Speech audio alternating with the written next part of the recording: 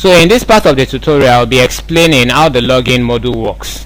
Normally when you install Joomla 2.5, you have the login module placed for you by default. But even if you don't have it there, which is a very rare case anyway, you can just click on extensions module manager. It brings you to the module manager section. Click on new, and then locate the login module, which is this. But it's already been placed there by default for us when we install Joomla, so I'll just show us the configuration. So click on the login form. So I'll just change the position, select position and change it to the left hand side.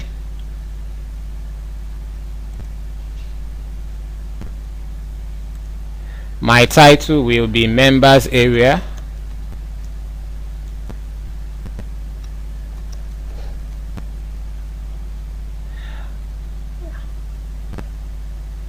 I'll set it to published.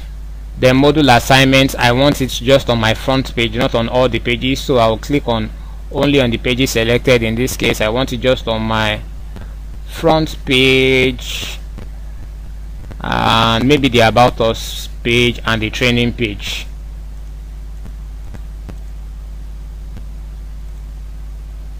I'll remove it from services too. And then on the right hand side, my login redirection page, I'm going to set it to training. So when a user logs in with the username and password, it takes them to the training page, and then when they log out, it takes them back to the home page. So I've set in my login redirection page to training, my logout redirection page to the home page. Show greeting, yes. Then show name or username, I'll prefer the username, and then I'll just click on save. So if I go to my front page and refresh, I can log in with my admin username and password. Click on login. So you can see that when I log in, it brings me to the training page, and the moment I click on logout, it takes me back to the home page. Now another thing you can do with the login form is you can also create an account. So if I click on create an account, I have this form that needs to be filled.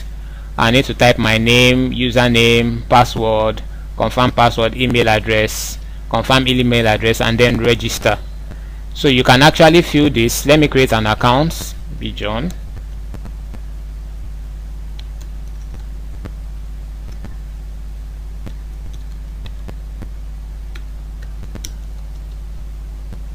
Email address,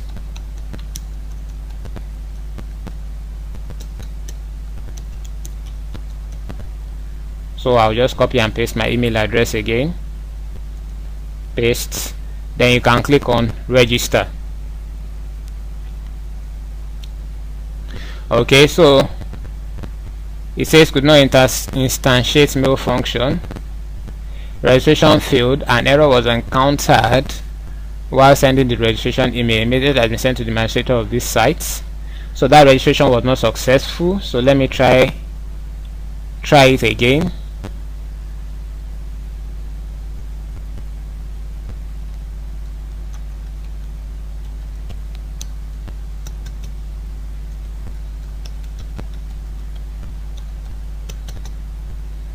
Click on register. Okay. The username you entered is not available. Please pick another username. So let me use another username. That means the previous one I did was probably registered, but I'll just go ahead and use another username. I'm sure we are getting that error because we are offline.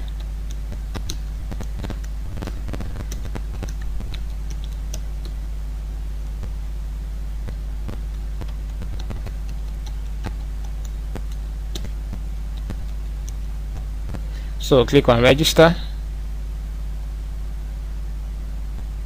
Okay, so it's still saying registration failed, but let me confirm if the user was registered. I believe we are getting this error because we are working offline. So I'll go to global technology, save and close. go to sites, go to user, and then click on user manager. Okay, so these are the two users I created just now, and I was being told that my registration failed. This is the username for Johnny, this is the username for Mike. So I guess we got that error because we are offline. So I'm going to manually enable these two users.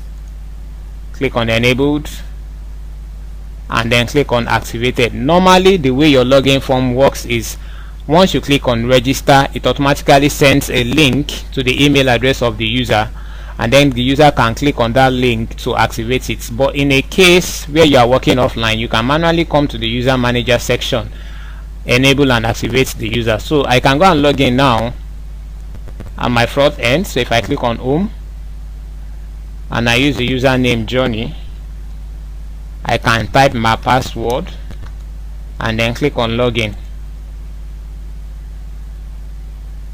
So you can see it has successfully logged me in, and then I can log out.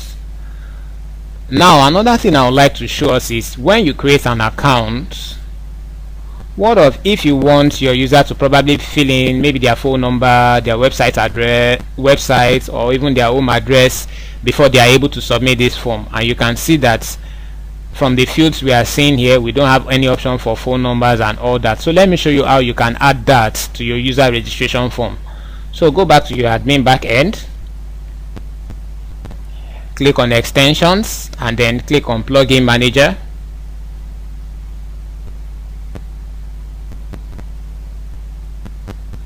Then scroll down to user profile.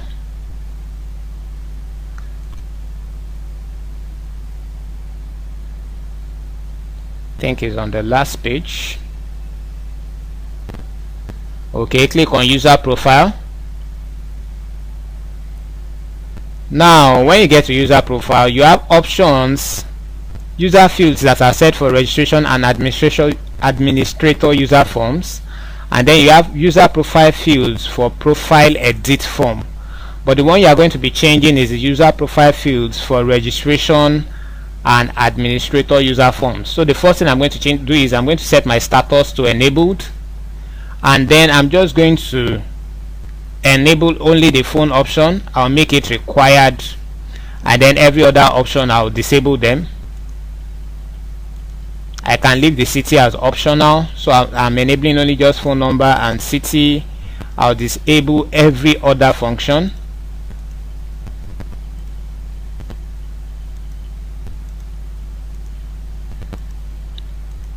So you can set any other function you want from here,